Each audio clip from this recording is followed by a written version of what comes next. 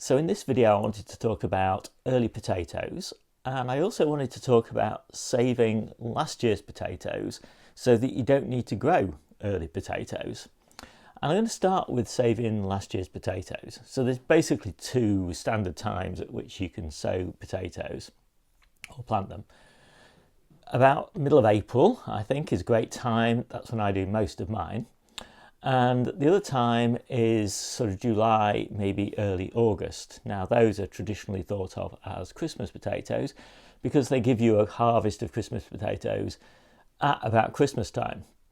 I've never really understood that idea because those potatoes keep really well in the compost all the way through until about the middle of April. And so they're not really Christmas potatoes, they're just late potatoes. And I have always left those in the containers. Now Nigel from the Muddy Boots channel last year, he left all of his potatoes in their containers rather than harvesting them, cleaning them up and storing them in sacks or whatever you wanted to do. And so I thought, well, I've already done that for my Christmas potatoes, so why not try it for all the potatoes? And it's been a fantastic success, I've got to say. There are quite a few advantages to it. The first one is you don't have this big kind of harvest potato day, basically. When you spend the whole day harvesting and cleaning up your potatoes, that big chunk of work just doesn't appear. And I'm a very lazy gardener, so I don't like big busy days. The second advantage is that they just keep really well in the compost. Nice moist compost is basically the natural home for a potato.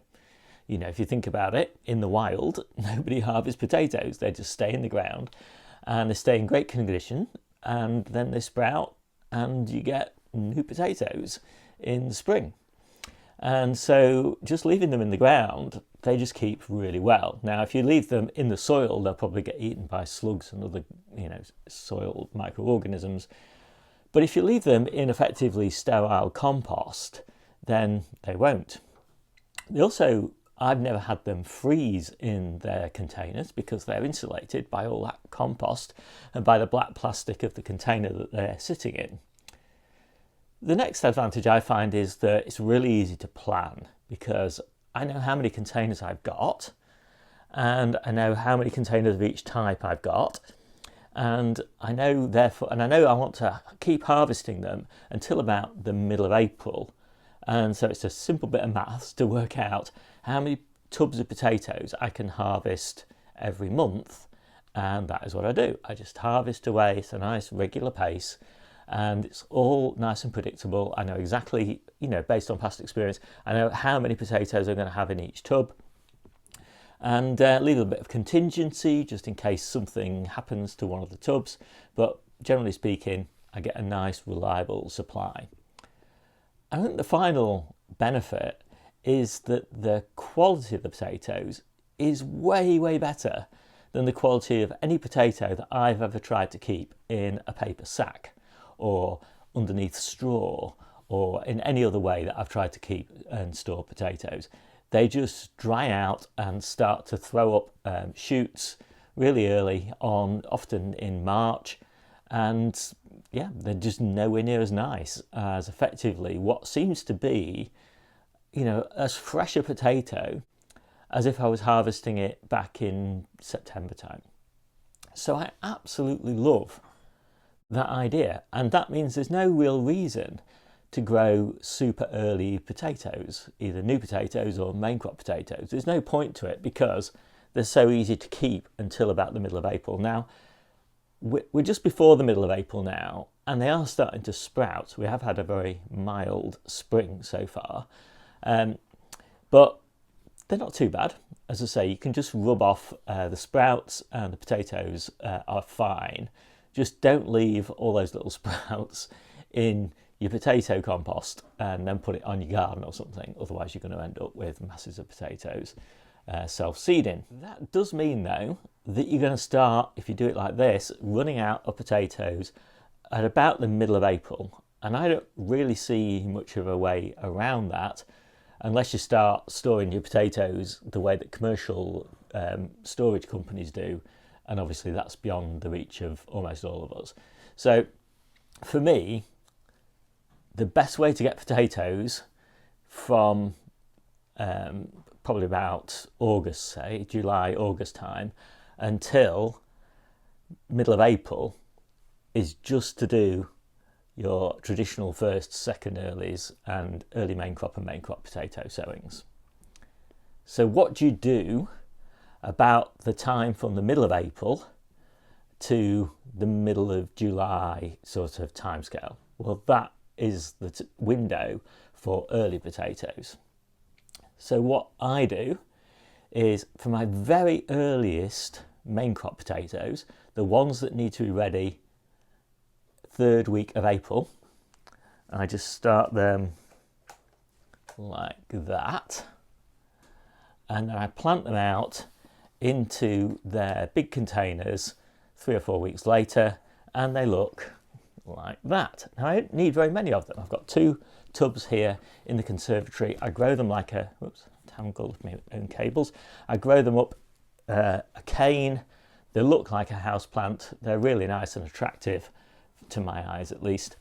And yeah, I just love to watch them grow, and everybody does. Well, everybody in the family loves to watch those potatoes grow because they just grow so fast. And of course, harvest day is like a big family event. Now, we're not going to get that many from those 2 tubs. There's only 2 seed potatoes in each tub, and that is going to be enough to last us probably a month. So the next batch, the ones that follow those, are done exactly the same, still started in these little pots that I just showed you, but this time they go in the greenhouse. So about a month later, we get another harvest of early main crop potatoes. And then the final batch of early main crop potatoes, which are going to last us all the way through from the end of June until about the beginning to the middle of August, those I'll just use in one of my winter cold frames. And I just use the cold frame to keep them warm and to keep them frost free. And the beauty of that is that those cold frames are coming free after their winter crops. So they're not being used for anything. There's nothing really that I need in the middle of April a cold frame for. So they're just surplus to requirements effectively. So I grow the potatoes in them. And of course the potatoes are out before I need them again in August and September to grow the winter crops. So that's how I do the main crop potatoes, and obviously I have them all year round. So how do I do my new potatoes? Well, the new potatoes I do in 2 batches. So I do a standard sowing about the middle of April. And those are the ones we're eating right now, for example. And we've been eating them actually for many months, back since about September probably. And then I'll do a sowing in June, July time. And I find they last just that little bit longer. So they will be the ones we'll be eating towards the end of April. And that's just because they don't quite start to sprout as quickly as the ones I did back in April. But they're not only a couple of weeks behind, but those again are beautiful, perfect new potatoes. And I did do actually a test harvest of some of those a couple of weeks ago, and I can show you those in a little bit of a harvest video that I'll just overlay over this one. So you can see just how lovely they are, but they are very small. So the next ones that I do about the end of January, and I start those again, same sort of technique, in one of these pots, transplant them and put those in the little greenhouse, just a couple of pots of those, and then a few of those in the polytunnel. And basically they see us through to when the first earlies that I start in pots outside are ready. So that's it basically. And I think that approach works the best for me of all the different ways over the years that I've tried to grow potatoes for a nice continuous year-round supply. It is a little bit of extra effort, but if you do want to eat just your own potatoes and you don't want to buy anything from the shops, then it's not actually that much effort, provided you've got a conservatory. If you haven't got a conservatory, I think you're going to struggle to get early main crop potatoes all year round, but maybe you know a way to do it that I don't, and it probably involves a freezer. So if you want all the details, then take a look in the ebook that's linked in the description. It's free to read online. Scroll down to potatoes, and here you'll find all the different tips and tricks that I just talked about, and how to grow all the different types of potatoes, from salad potatoes to baking potatoes to general purpose potatoes, all year round, as easy as pie.